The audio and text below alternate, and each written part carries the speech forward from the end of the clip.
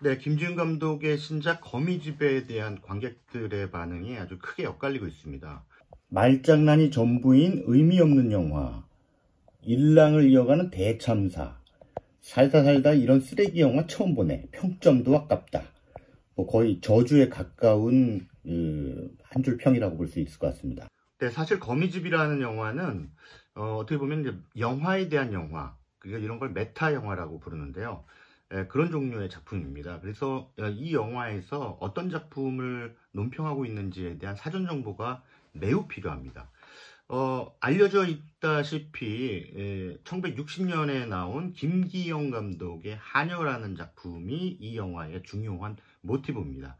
그래서 그 작품이 만들어졌던 어떤 시대상이라든가, 물론 영화는 1960년에 나왔습니다만 영화의 배경인 1970년대에도 사실은 크게 다르지 않은 그 박정희 군부 독재 시기에 만들어진 작품이라고 할 수 있겠죠.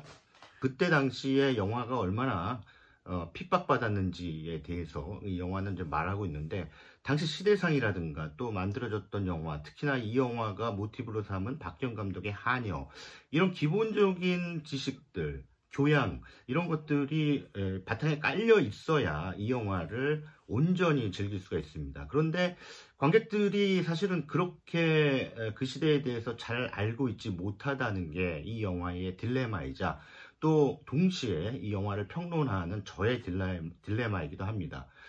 이 영화의 잘못은 관객들이 잘 모르는 그 시대 배경과 모르는 영화를 소재로 끌어왔다라고 하는 것인데, 영화 평론가로서 그것이 잘못됐다고는 절대 말할 수가 없죠.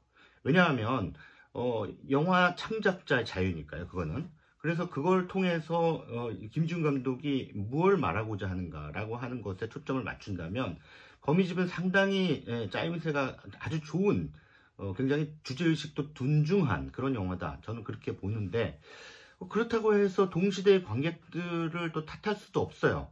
사는 거 바쁘고 그런 와중에 뭐 김기영 감독의 하녀도 뭐 이렇게 애써 찾아볼 만한 그런 정신적 여유가 없죠. 뭐 시간적 여유가 있다 할지라도 심리적인 여유가 크지 않은 상태에다가, 뭐 70년대 또 앞서서 60년대 군부 독재기에 영화가 어떻게 검열을 당했는가에 대해서도 아슴풀에 알기는 하지만 그것을 또 정확하게 공부를 하기란 또 쉽지 않은 일입니다.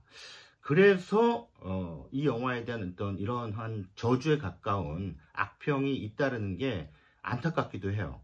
이것은 이 김지훈 감독이 이 시대의 그 관객들하고 접점을 이루지 못하는 부분이기도 하거니와, 이 영화가 담고 있는 김 감독과 그 김 감독을 둘러싼 1970년대 군부독재기의 시대상이 또 불화를 일으키고 있는 것과 어떻게 보면 굉장히 닮아 있다, 이런 생각이 들기도 합니다.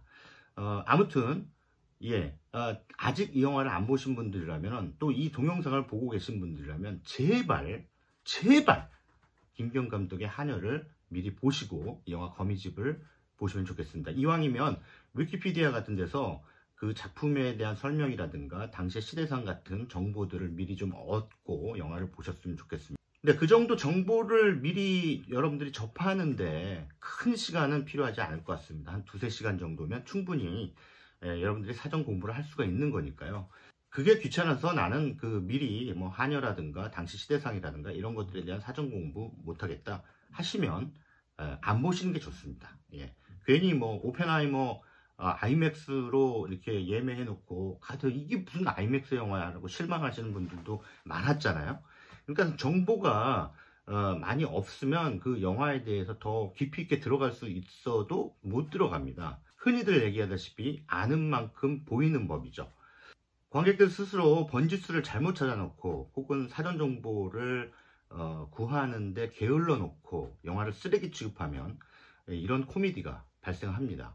그래서 많은 사람들이 취향의 차이다, 내 취향하고 안 맞는다라고 이제 말씀을 늘 하시는데, 그것도 사실은 소비자 절대주의, 그러니까 구매자는 무조건 옳다라고 하는 신화에서 비롯된 생각이라고 할 수 있겠습니다.